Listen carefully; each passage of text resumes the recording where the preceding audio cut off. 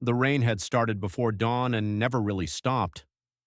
By late afternoon, the two-lane highway that cut through the Allegheny foothills shimmered under a gray sheet of water, the blacktop slick and shining between walls of soaked pine and bare autumn branches. Headlights glowed early that day, blurring in the mist. Most drivers kept their eyes low and their speed cautious. Deer crossings were common in that part of Pennsylvania, especially in November, when the woods seemed to spill their animals out toward the road. But no one on Route 46 that evening had ever seen anything like this. At 5:17 p.m., a doe stepped out of the trees near mile marker 112 and walked directly into the center of the road. She did not dart across the pavement the way deer usually did. She did not panic at engines or headlights or horns. She planted herself in the lane, lowered her head, and began striking the asphalt with one front hoof in hard, rapid blows. Cars braked at once. A delivery van swerved onto the shoulder. A red pickup skidded, fish-tailed, then stopped 10 yards from the animal. Behind it, 3 more vehicles lined up in the rain, wipers beating frantically. Horns sounded. The doe flinched but did not move. She stomped again, then lifted her head and stared toward the ditch at the side of the road. Then back at the cars, then back to the ditch. Most people assumed the obvious. She's hurt. She's rabid. She's gone crazy. A few drivers lowered their windows despite the rain. Get out of the road. Go on! The doe took 2 quick steps toward the shoulder, then wheeled back into the lane and stomped even harder, forcing the front vehicle to remain stopped. Her chest heaved. Her coat was dark with rain. Mud splashed her legs nearly to the knees. Every few seconds, she turned her head sharply toward the tree line, as if checking on something no one else could yet see. In the front pickup sat Claire Donnelly, a 42-year-old emergency room nurse driving home after a 12-hour shift in Brookfield.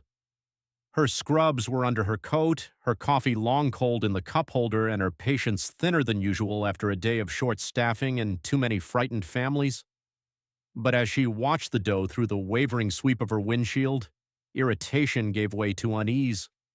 The animal was not behaving randomly. She was trying to hold the road.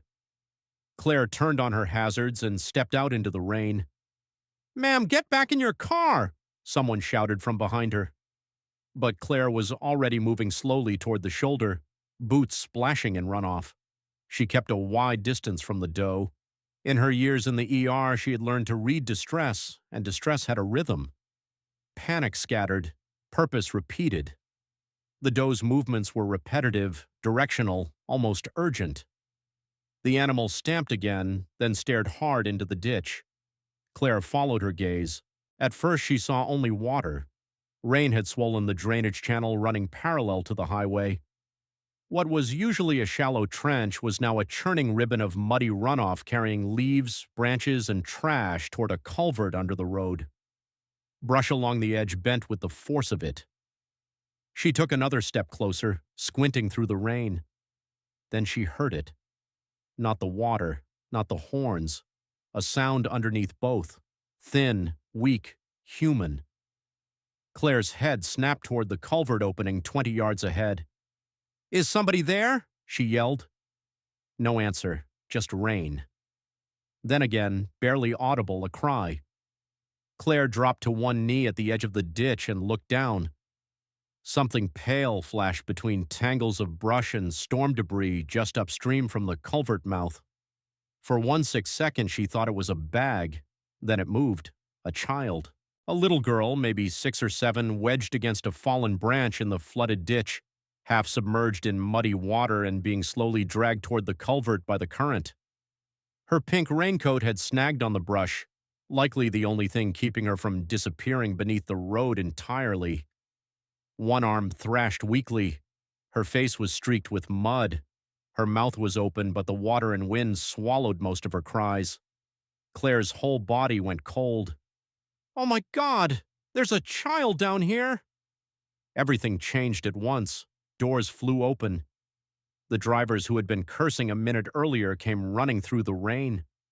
A tall man from the delivery van, later Claire would learn his name was Darnell Hayes, an electrician from Mercer, slid down the slick embankment without even taking off his jacket. Another driver called 911. Someone grabbed a tow strap from a truck bed. Another woman, a school bus driver named Janie Rourke, knelt at the shoulder and began directing people with surprising authority. The doe backed out of the lane at last, but she did not run. She stood on the opposite shoulder, rain pouring off her back, watching. Claire edged into the ditch on her stomach, anchoring herself with one hand around a sapling while Darnell braced her ankles. The water was brutally cold, stronger than it looked, clawing at her sleeves and dragging at her torso.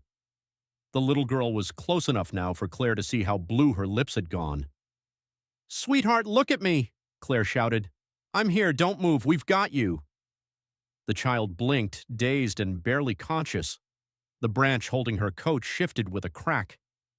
"Now!" Claire yelled. Darnell and another man lowered the tow strap. Claire got one end under the girl's chest while fighting the current with numb fingers. For one awful second, the coat tore and the child slipped lower, her small body jerking toward the culvert opening. Claire lunged and caught her wrist. The force nearly pulled Claire in with her. Darnell dropped to his knees and locked both arms around Claire's legs. Another driver grabbed Darnell by the belt. Then Janie and two others joined the chain on the shoulder, boots digging into wet gravel as the ditch tried to take all of them. "Pull!" Claire screamed. Together they hauled the girl free just as the branch snapped and vanished into the culvert. The child came out covered in mud and leaves, frighteningly light in Claire's arms. She was conscious but limp, coughing weakly, eyes rolling. Claire climbed back up the embankment on shaking knees and laid her flat on the roadside while the others formed a loose shield with their bodies against the rain. "I'm Claire. I'm a nurse. Give me room." Training took over. Airway clear. Breathing shallow but present, skin cold. Pulse rapid and thready. Possible hypothermia, possible head injury, possible aspiration. Claire peeled back the hood and pushed muddy hair from the girl's forehead. There was a gash near the hairline and bruising on one temple. "What's your name, honey?" The girl's eyes fluttered. "Mia," she whispered. "That's good, Mia. Stay with me." Within minutes, sirens cut through the storm. State troopers arrived first, then the ambulance, then volunteer firefighters from Brook Hollow. The paramedics wrapped Mia in heated blankets, started oxygen, and loaded her into the rig while Claire gave report in clipped, efficient bursts. One of the troopers began taking statements from the drivers. Another jogged the roadside looking for clues. It turned out Mia had been missing for nearly an hour. Her mother, Elena Vasquez, had pulled off at a scenic turnout about a mile up the road when Mia started carsick in the storm. She had stepped around the rear of the SUV to get wipes from the trunk, and in those few disorganized seconds, rain, wind, traffic, a frightened child, Mia wandered after a dropped stuffed rabbit, slipped down the embankment, and vanished into the drainage channel. Elena had been searching the woods in blind panic with a local deputy when the rescue call came over the radio. By the time she reached the scene, the ambulance was already preparing to leave. Claire would remember Elena's scream for the rest of her life. It tore out of her like something ripped loose. She ran through the rain to the open ambulance doors, sobbing Mia's name, and the paramedics let her climb in for one brief second before they closed up. Through it all, Claire stood in the road soaked to the skin, breathing hard, one hand still muddy from where she had grabbed the child's wrist. And then, only then, she looked across the shoulder. The doe was still there, not in the road anymore, not close, just beyond the guardrail where the ditch rose into brush. She stood absolutely motionless, her ears forward, eyes fixed on the chaos of flashing lights and people moving around the ambulance. Rain ran in silver lines down her narrow face. Claire turned slowly toward one of the troopers. "That deer stopped us." He followed her gaze. "What?" She knew something was wrong. She kept looking at the ditch. The trooper, a broad man named Keller, opened his mouth as if to dismiss it, then paused. He had spoken to enough witnesses by then to know they were all telling the same strange story. The deer had stepped into traffic and refused to leave. She had stomped, blocked the cars, and directed attention toward the flooded ditch. Keller looked back toward the guardrail. The doe had vanished. That should have been the end of it. A bizarre roadside rescue, a lucky delay. A child saved because a few drivers happened to stop. The kind of story local news stations love for 2 days before moving on. But over the next 24 hours, details emerged that made the whole thing feel even stranger. Mia had survived with mild hypothermia, a concussion, and bruising, but no lasting internal injuries. Dr. Abrams at Brookfield General told Elena privately that another 5 minutes in that water, maybe less, and the outcome would almost certainly have been different. The culvert she had nearly been pulled into narrowed sharply under the highway and was clogged farther down with storm debris. No one liked to finish that thought aloud, and there was another detail. When Mia was lucid enough to speak clearly the next morning, her mother and a pediatric resident asked what she remembered. Mia's small voice was hoarse, but calm. "I fell in the water," she said. "It was really cold. I couldn't get out." Her mother held her hand and nodded through tears. "Then what happened, baby?" Mia blinked at the ceiling.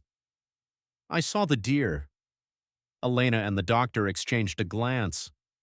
"What deer?" "The mommy deer." Mia's eyes shifted toward the window as if she could still see the scene outside. "She was on the hill when I fell. She kept walking next to me, on top, while the water pushed me."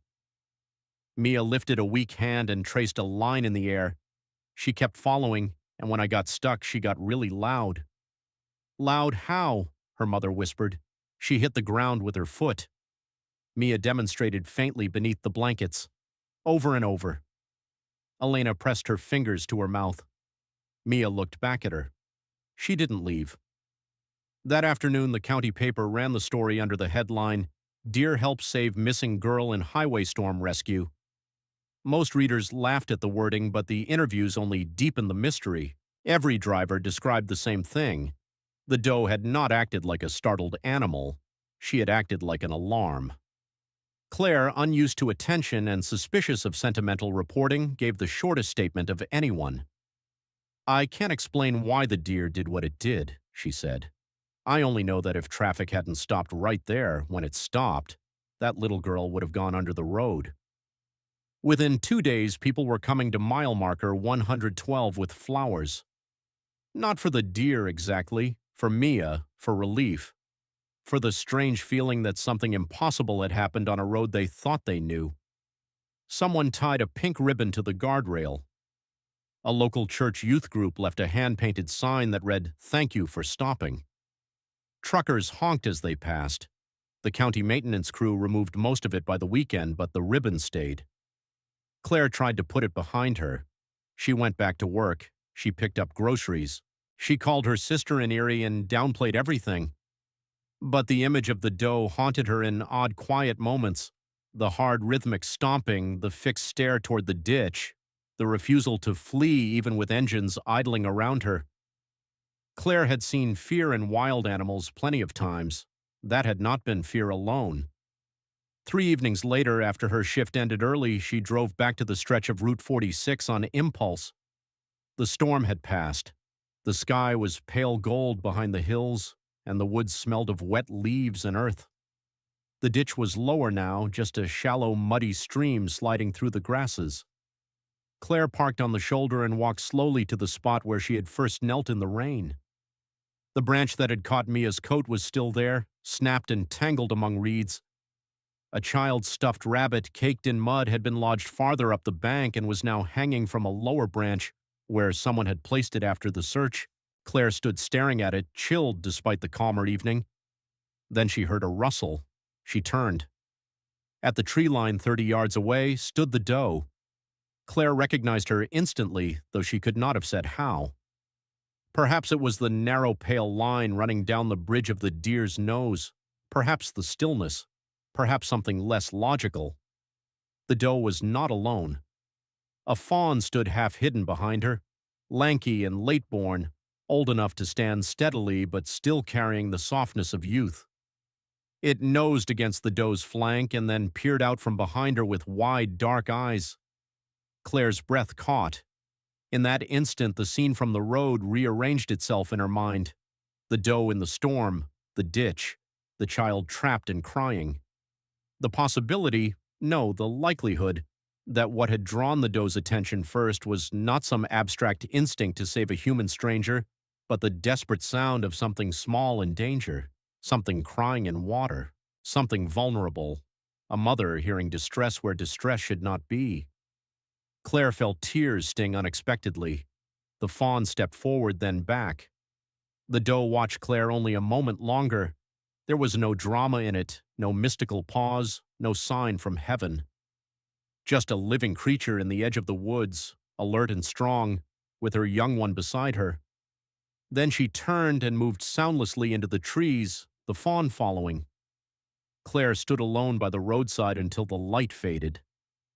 News of the deer and the fawn spread quickly once Claire mentioned the sighting to Elena.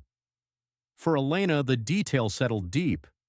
She began visiting the ribbon at the guardrail once a week with Mia, who recovered steadily and was soon back to coloring books, cartoons, and demanding extra desserts as if none of it had ever happened.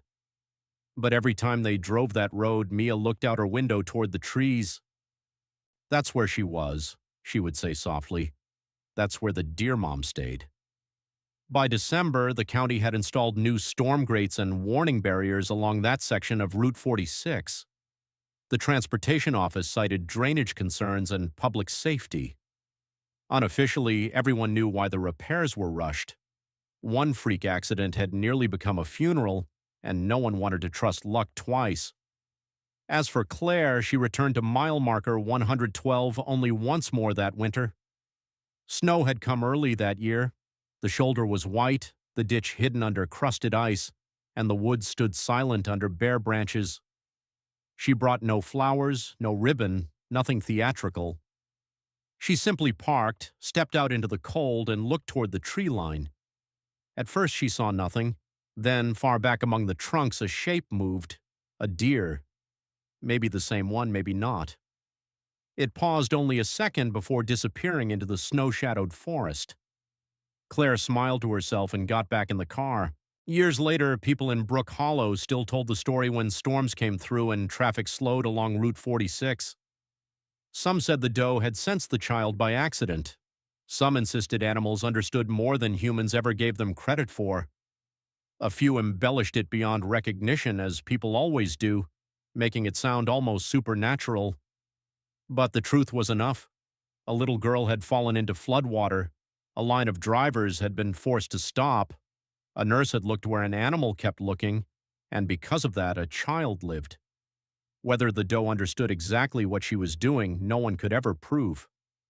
But in one small Pennsylvania town, there were people who no longer laughed when someone said a deer had once walked into the road and started stomping to save a life.